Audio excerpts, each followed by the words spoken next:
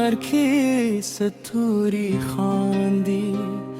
زما د زړه خبرې یوازې توره باد چې راشي ستا نوم واخلي زما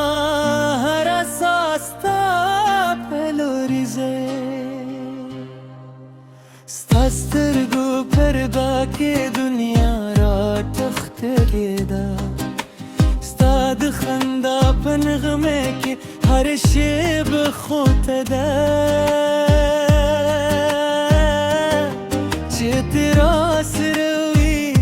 غمونه ورکشئ زما د زړه په کور کې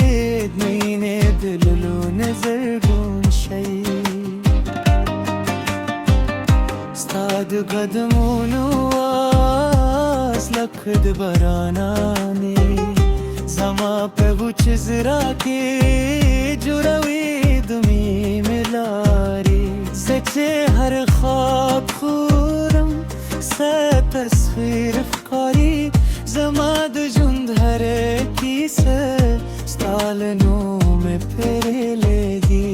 راشه جانانه شب بوده زړه مې ستا د دیدن تیدي لاس مې ونیسه له ما مزه دا مینې زموږ د ژوند سندره ده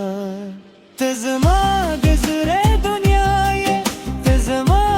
د ژوند تربا یې ستا په مینه مست یم جانانه ته مې خوب ته مې ارمانه یې راشه راشه زما خواب دی زړه مې درومي ستا په لور ته که دنیا رانه جلا شي زه به پاتې یم ستا په نومه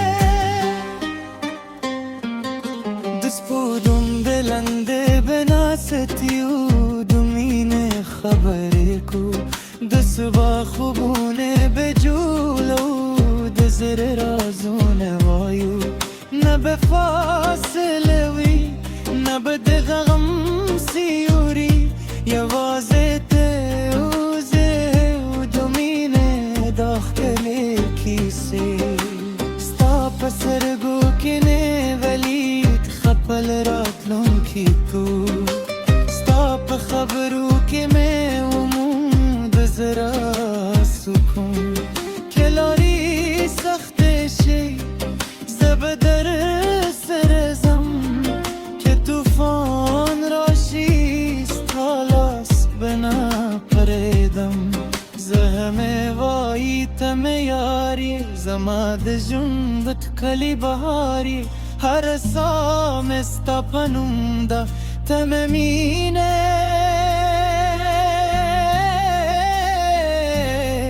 ته مې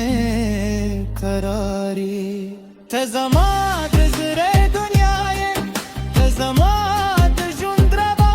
یې ستا په مینه مست یم جانانه کومې خوب ته مې ارمانه یې